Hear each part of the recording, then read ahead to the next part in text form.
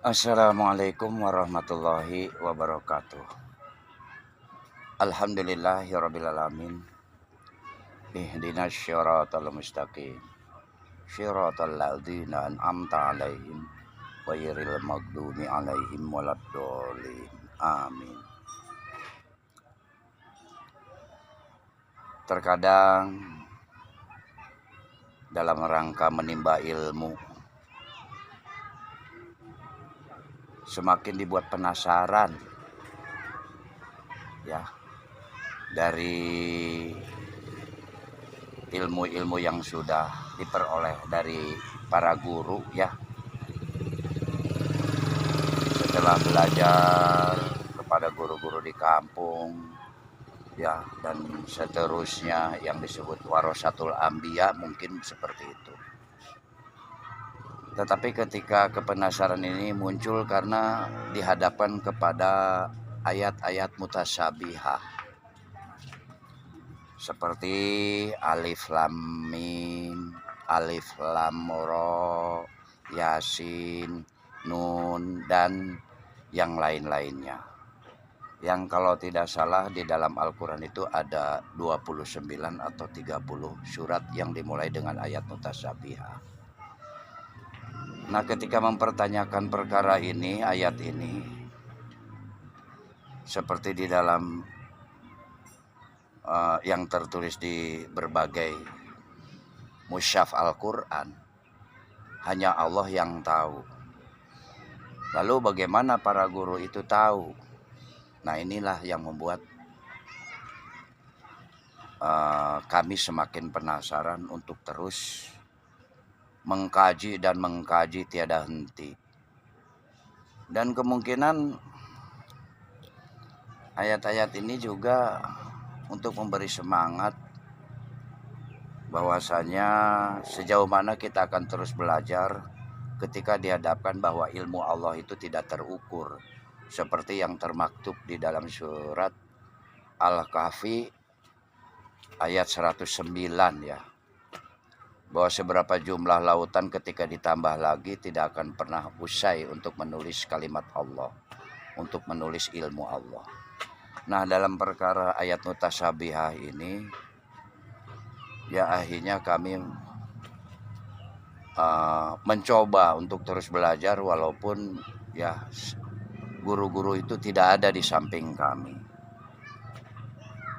Karena kami meyakini betul bahwa di penghujungnya siapapun yang selalu membudidayakan spiritual ya, terutama dalam keilmuan yang tidak menghilangkan syariat, itu sesungguhnya akan gayung bersambut. Artinya bahwa Allah akan mendekati siapapun yang ingin ya kembali kepada Allah, atau dengan bahasa barang siapa yang mendekatiku secara berjalan, maka Allah akan mendekatinya secara berlari. Nah, dalam perkara penasaran dengan ayat mutasyabihah ini juga dipicu oleh ayat-ayat yang hubungan langsung setiap manusia dengan Tuhannya, seperti yang pernah Nabi Muhammad disapa lewat Al-Quran itu oleh Allah, "Wahai Muhammad, sekiranya ada yang bertanya tentang aku, maka aku lebih dekat lagi dari urat nadi." Kemudian lagi di dalam surat Al-Qiyamah, barang siapa yang melafadzkan Al-Quran di dalam lidahnya dan memasukkan ke dalam hatinya, maka aku jadi tanggungannya. Ya, berpedoman ini ya berpedoman awal dari kepenasaran dan berpedoman beberapa ayat yang kami sampaikan tentang adanya hubungan langsung Allah kepada setiap hambanya. Ya, ini kami gunakan ketika memang kami menemukan kesulitan ketika ingin bertemu dengan para guru. Tetapi niat belajar itu selalu ada. Nah, salah satu contoh, misalnya ketika kita dihadapkan kepada alif lam mim surat Al-Baqarah ya, Dzalikal kitabu la raiba fihi hudal lil muttaqin. Ya ini kan alif lam mim ini hanya Allah yang tahu. Berarti Allah mempunyai rahasia baik tentang keberadaan Allah, juga tentang ilmu Allah.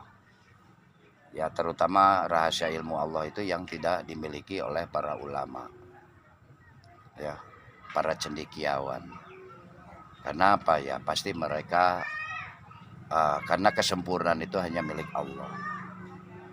Nah, ketika ingin mengetahui rahasia keilmuan dengan ayat tersebut, maka harus rajin membaca buku, karena dzalikal kitabu itulah kitab.